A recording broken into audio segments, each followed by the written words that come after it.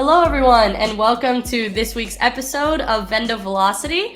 If this is your first time tuning into the podcast, it's great to have you here. VENDO Velocity is a weekly live podcast that I host. I am Delaney Del Mundo, the Director of Amazon Account Strategy here at VENDO, and we go live to discuss all things Walmart.com, Amazon.com, and TikTok Shop. So excited to have Matt Mahoney here with me today, an Amazon account strategist who's now been on a few VENDO Velocity podcasts. So Matt, welcome back, and we're happy to have you here. Thanks. Happy to be back. It's been a few months since Matt has taken the stage, but typically when we have Matt on, we go through all things Vendor Central. He's one of the notable experts on our team when it comes to selling on the vendor side of the business. So while today's topic, we're going to look at his expertise more on the seller side of the business and take you through a bit of a rewind as far as some of the Amazon updates within the last month to 2 months or so. There's plenty of them. So if we zoomed out for the full quarter, we would have to have multiple podcasts. So for now, we'll go through a few of the pressing ones. There are a couple on the vendor side of the business, but excited to dive in here today. Before we get started, Matt, if you could just explain to our audience here a bit as far as yourself and day-to-day as far as your role here at VENDO. Yeah, awesome. So obviously I'm Matt, been here with VENDO now for just under a year.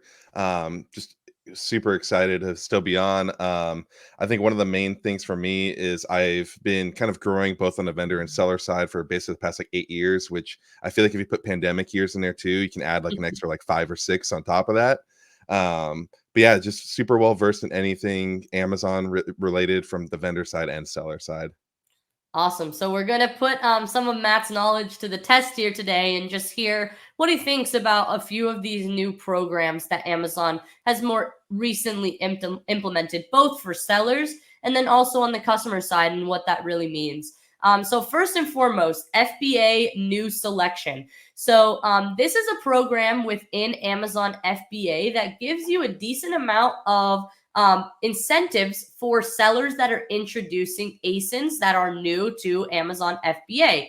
So a few great updates here. What you typically get from the New Selection program is a rebate as far as a percentage of sales off of any sales that you generate for these new products, as well as free storage, free liquidations, free return processing, etc. So what they're doing now is for standard size items in particular, you are getting a rebate on up to 100 units. Previously, that was 50 for a longer period of time. So previously, they gave you that rebate for the first 90 days of when the shipment was received, and now it's 120 days. So that's one of the benefits. The other one is the fact that you have lower IPI eligibility. So your IPI score, or Inventory Performance Index, is very important because it basically allows and monitors your inventory health overall.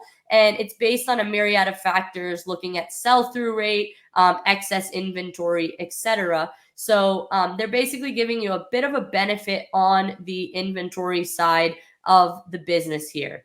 Now, with that also comes some free storage, so you're able to minimize some costs on that side of the business, as well as free liquidation services. So if you do, for whatever reason, estimate your inventory for that particular period, then no need to worry about any sort of inventory management. Amazon is going to help you take on some of that load. So, Matt, I feel like this program in general isn't one that many brands take advantage of because they quite simply don't know the benefits of it. So can you speak a little bit on how you foresee this making it a bit easier to launch new products on Amazon? Yeah, I feel like it mitigates a lot of the risk that a new brand or just anybody launching on Amazon with new products have, which is inventory risk. Like, do I send 50 units out of the gate because I don't know the run rate, I don't know how it's going to go. it's a soft launch, things like that, or can I send a little bit more so that if it does tend to catch an algorithm here or there, that we can sustain some of that like increased demand there while we send more products in. So it's probably the first time I've ever seen Amazon being giving in terms of like fees and stuff back, especially with all the new stuff happening too, which I'll probably cover on this call, or it's been discussed on many Vendo velocity calls with new storage fees and everything like that, and placement fees. So I think it's just Amazon trying to help mitigate some of the risk in terms of just overall launching new products, which I think goes to show that they want some of this like new products on site from sellers without as much risk as there used to be. Absolutely. Definitely incentivizing sellers to launch new products in a way that does limit their risk, as Matt is saying. So, yes, Matt, that's a great point in that we have definitely hounded Amazon a bit over the last couple of weeks as it relates to the fees. So, wanted to start this podcast out with a few of the more positive updates because there are plenty of them. But at the same time, we will get to a few that are a bit more intense for sellers, and we'll review some of those implications. But next, we want to talk through another potential optimization or product launch strategy, and that is the ability to now create high quality product listings with generative AI. So you hear AI all over the place. You think about things like product listing creation, etc. And now you're able to use your web pages and images as content references for Amazon specifically. So the key benefit of this is that removes a lot of the manual workload of crafting some of these descriptions, titles, etc., because you're now pulling from other sources. Now, we know that a caveat of this is that you're likely pulling from another source that isn't as built out as it needs to be for Amazon specifically. But Matt, where do you think that this is heading overall? I know we hear about AI all the time. We've talked about Rufus on past episodes here. But do you see this as a positive change or more of a neutral one? For me, it's probably more neutral. I've definitely been more kind of in between on everything AI related. I've seen Amazon implement a lot of changes that are just terrible when it comes to AI in terms of title changes, stripping variations away because AI doesn't think they belong together. But I've also seen like with this change in particular, I think that is definitely still a positive for the most part. I think some sellers that are maybe more bandwidth stripping at their companies of just not having as much um, you know leeway to really build content out quickly. I think this is a pretty nice way for them to just be able to use AI, get stuff up quickly, maybe make the optimizations later. I believe that we should just get everything done once and right, and get it done, get it optimized out of the gate. But I think that this could be just a nice way for different companies, just depending on their bandwidth internally, to just be like, you know what, we're going to use this, just get the product up, we'll get it selling, and then we'll look to kind of redo all the content later down the road. So pretty neutral on it. Just from an overall Vendo perspective and me as an account manager perspective, I'd rather just get it done right away, but I could see it being useful for other companies. Yeah, that's a great point. And you look at some of the other retailers and the fact that syndication specifically is much bigger for those retailers, specifically looking at the Walmart side of our business. Obviously, you can syndicate through different sources like Salsify, etc. So, of course, there's always that manual intervention that's needed. But the goal here on Amazon side is to make this a bit easier for sellers overall. So, again, like Matt said, right now more neutral as we're not necessarily heavily utilizing it, but as it continues to develop, who knows? That might be an opportunity to be utilized more increasingly across the board. One that was just announced within the last few days and kind of just showed up in the back end of Seller Central is complementary product sets. Now, as of yesterday, we were seeing this across a few of our brands, but for the most part, we weren't. And then we started to see more and more trickle in and have this capability or this function within the A plus content manager. So if you look directly where you would typically create A plus content and you just go to create a new piece of content, you'll see something called complementary product sets. And what complementary product sets allows you to do is basically create regimens or routines across different products, one, or just overall cross sell your products, similarly to how that would appear in the frequently bought together section. So, right now, if you're looking at things like virtual bundles, targeted cross promotions, some of your catalog wide cost promotions, etc., if you're a brand that generally the average basket size for your assortment is on the higher side, this is a great way to organically optimize detail pages through utilizing complementary product sets. You're basically configuring the frequently bought together section organically on your own. And it's great if you're taking advantage of this as early on as possible, because you're now going to be able to push down, again, a big reason for virtual bundles, different aspects of the PDP that are currently a pay-to-pay placement. So, Matt, talk about this one. I know we haven't talked about it too much yet just because it is so new, but we are testing it for a few brands. How do you see brands utilizing this new content type? Yeah, I'm really excited for it. I love any time that we can do kind of like cross promotions between products. I think probably one of the main ways that we can do, and a lot of I feel like companies in general will have our hero product that does the majority of sales, and you're trying to grow these other product lineups. It could be, if you have a garlic press and you want to sell something very similar to that, you could put that now here. I've been seeing Amazon kind of test out even the way that they kind of show the frequently bought together, where it's showing more as sponsored products instead, which I haven't seen anything kind of related to that yet in the back end of like Campaign Central there. But I definitely think that this is a really nice way to start curating that collection. It takes basically like anything that we've seen around like the buy box as another area for customers to interact with a lot more of your product line. I'm really excited for it. I actually went to add it to one of the brands immediately, and they didn't have access yet. And I was like, dang, like I wish we could get access to it, because it would just fit perfectly with how they sell their products too, Yeah. which is a curation of products for that. No, I think that's a great point. And what the point you made around the sponsored listing, specifically because of the fact that right now we have a lot of brands coming to us like, how can we get our product in the frequently bought together section? And we know that the customer needs to convert for those products together in order for the algorithm to ultimately place those products together in that section.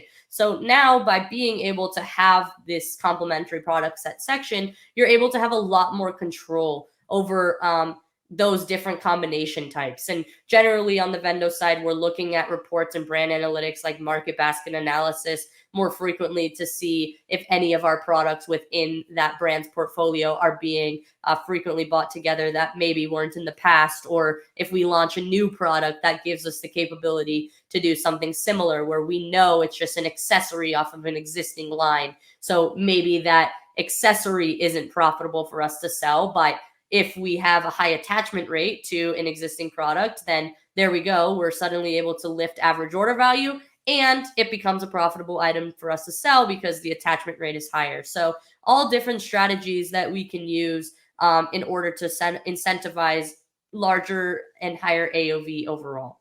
So excited for that one, and we'll keep everyone updated. Right now, there's two different forms of how you can submit that, as Matt said. One looks like the more traditional frequently bought together section with the add to cart widgets, and then the other one is much more like there's different blocks where you could separate all of the different products that you're including in that combination.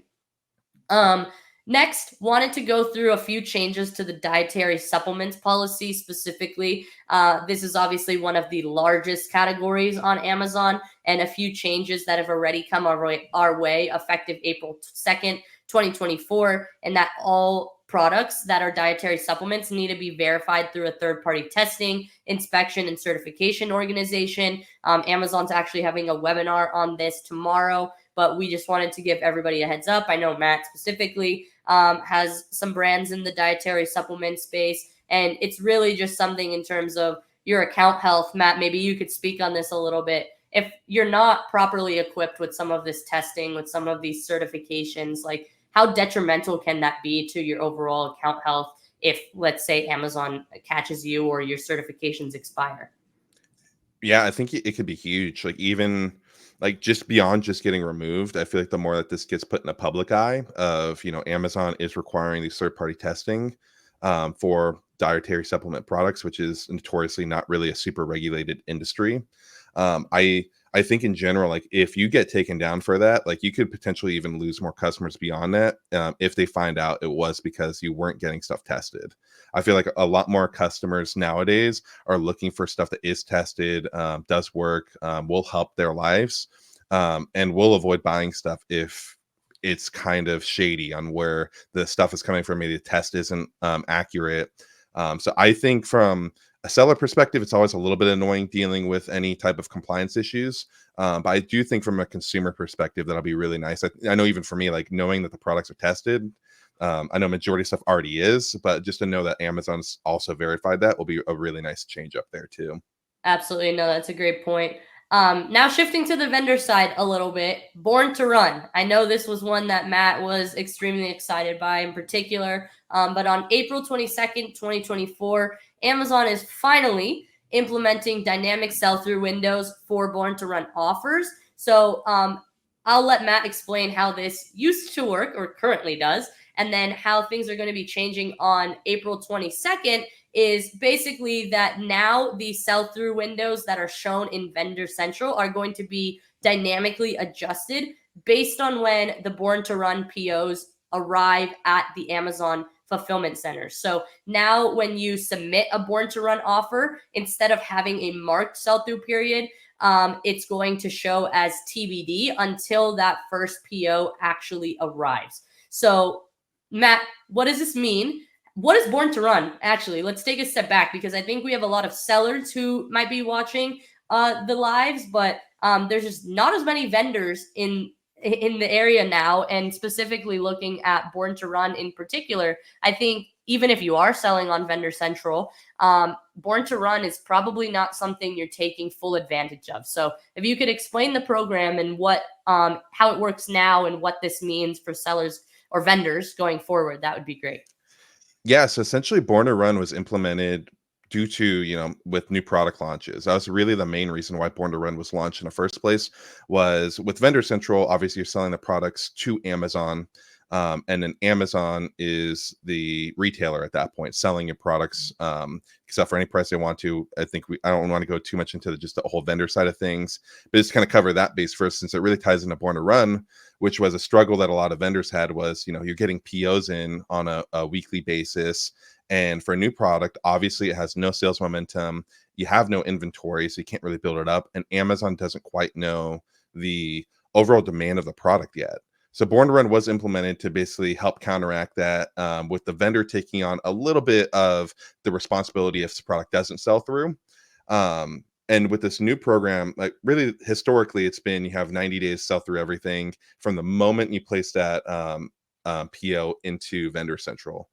So obviously that includes into the 90 days, like shipping the product to Amazon, any shipment delays that could happen, especially if we're sending stuff towards Q4 or towards Prime Day in particular.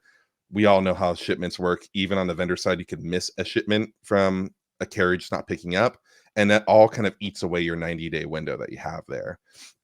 So with this new change, what I really like is it basically takes all of the stuff that's basically out of our control, and we'll implement a new thing. We obviously don't know the dates yet, which I think that'll be play a pretty integral part in everything.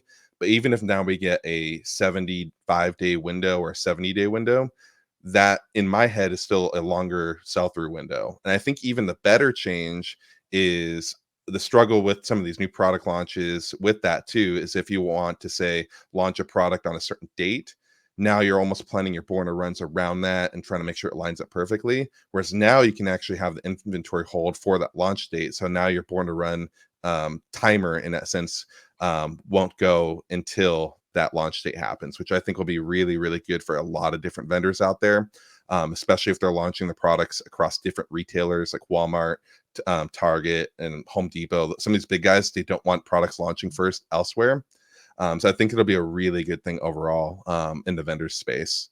Yeah, absolutely. Matt made a great point in that it really is a timer, right? I think that's one of the biggest questions that we get at Vendo is how much are we ordering for this born to run? Obviously, we want to lean more on the conservative side, just because the whole purpose, as Matt said, of running a born to run is to kickstart the algorithm so that it orders that inventory in the form of a regular replenishment purchase order, and you're not having that risk of having to sell through this inventory in a limited amount of time. So yes, being more conservative in that, but also coming now with being more conservative is the ability to have a longer time frame of actually selling it through when the product arrives. So that's an exciting one for us. Glad that Amazon has finally made that change. It seems like a long time coming since they introduced that program years and years ago.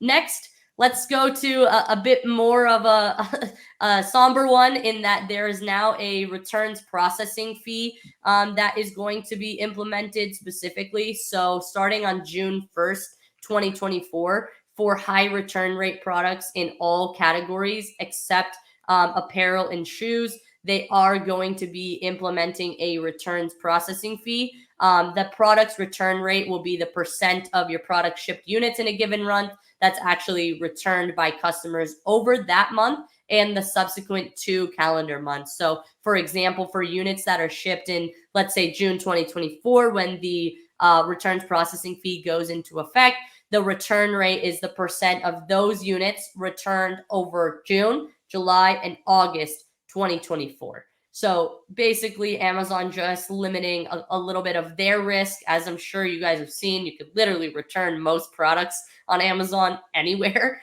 So Matt, thoughts on this overall? Yeah, I think obviously it's never nice to get more fees added. I think it should help sellers try to gauge more quality products overall. But we've all seen it happen at one point where we do have a product that we think's a killer, and for whatever reason or another, it just hits. We get more returns than we would expect. So it's not going to be fun. It does mitigate a lot of Amazon's risk in terms of returns.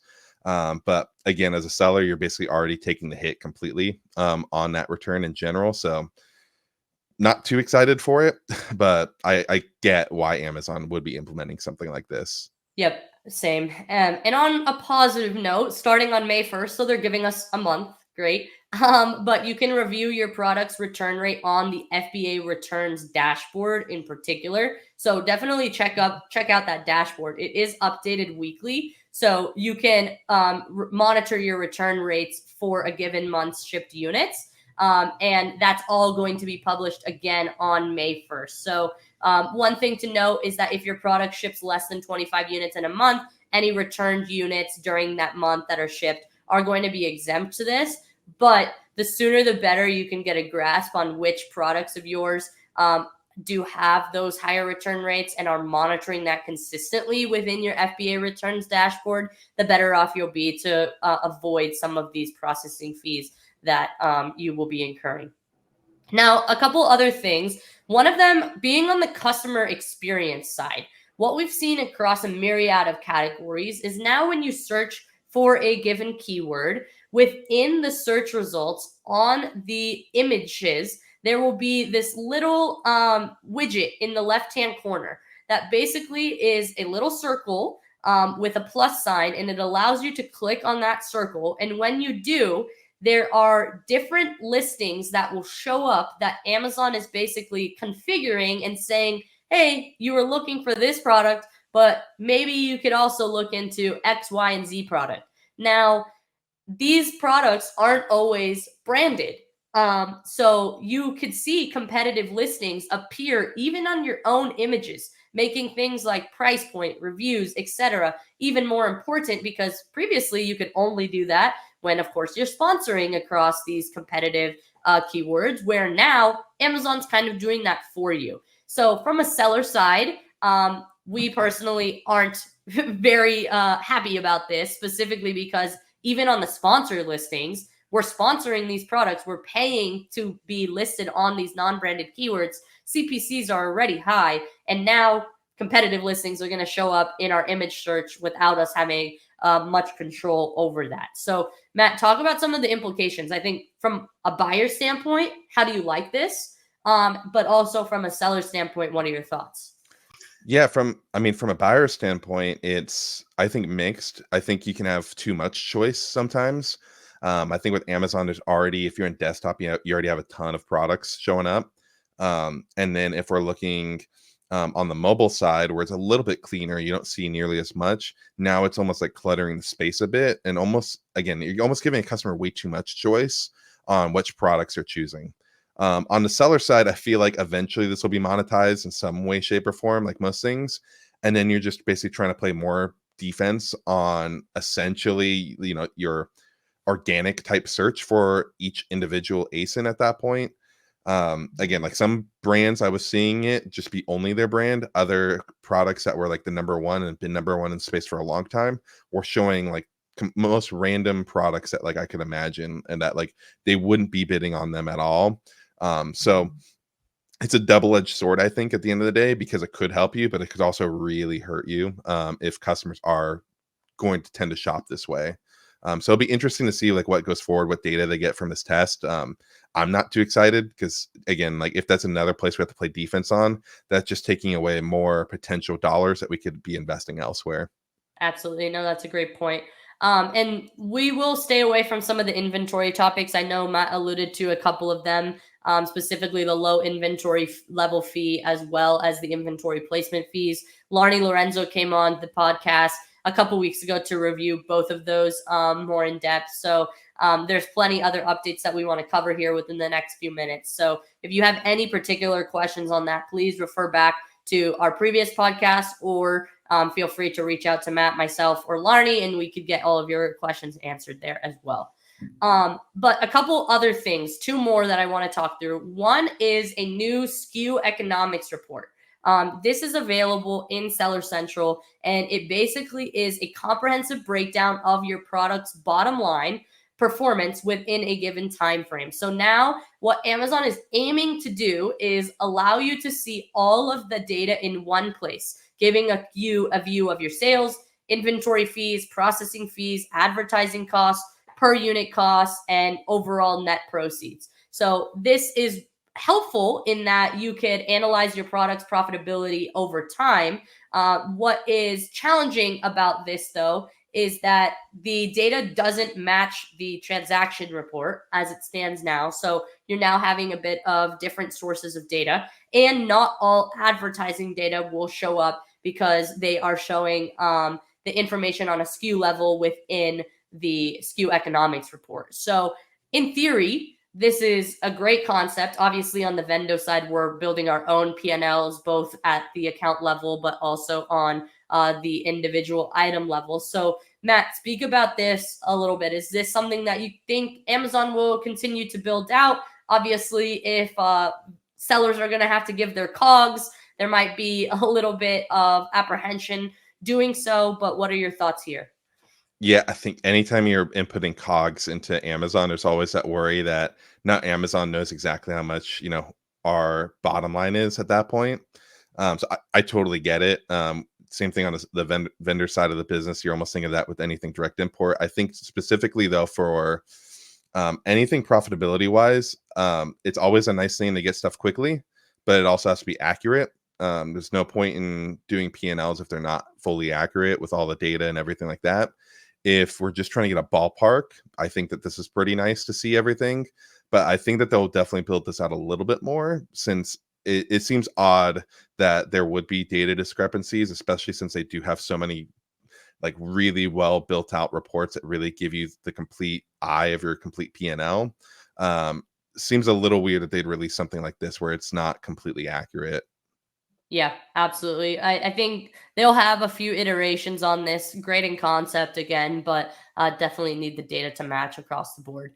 And then the last one is new coupon pricing requirements. So I think this is one that kind of shook the Amazon world a little bit, just because it was a pretty significant product launch strategy across the board.